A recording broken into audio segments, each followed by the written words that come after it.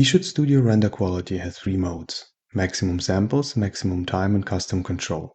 The first two work the same way as the real-time view. Custom control uses a separate rendering method that gives you direct control over each quality parameter independently. A sample value between 8 and 16 is the right starting point. Note that you can also set samples per material in the material settings, which gives you precision to push samples where the scene needs it. Ray bounces inherits the value set in the lighting tab, but you can override it here for a specific render. For a typical product shot, you rarely need more than 6 to 8. Where bounces matter most is glass and refractive materials. Too few bounces will cause the material to render dark, leave interior corners unlit, and break caustic patterns. Shadow quality has the strongest effect on bright diffuse surfaces. Be aware that increasing shadow quality significantly increases render time, so raise it only when your shadows are visibly noisy. Global illumination quality controls the accuracy of indirect light. The default value of 1 is sufficient in most cases. Raise it if you see blotchy or uneven shading.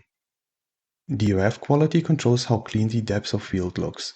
Similarly, if you have caustics enabled, caustics quality lets you push the accuracy of those light patterns. The maximum is 50, but high values consume a lot of system memory.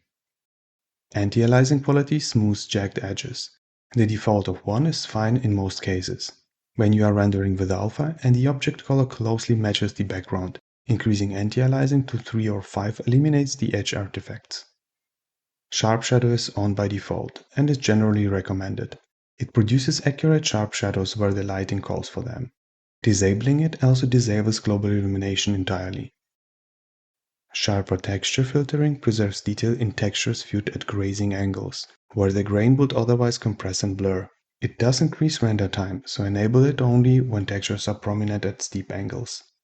Global illumination cache is also on by default. If you see dirty shadow patches or black spots near transparent materials over diffuse surfaces, try disabling it. This replaces those hard artifacts with noise instead, which you can then reduce by raising GI quality or samples.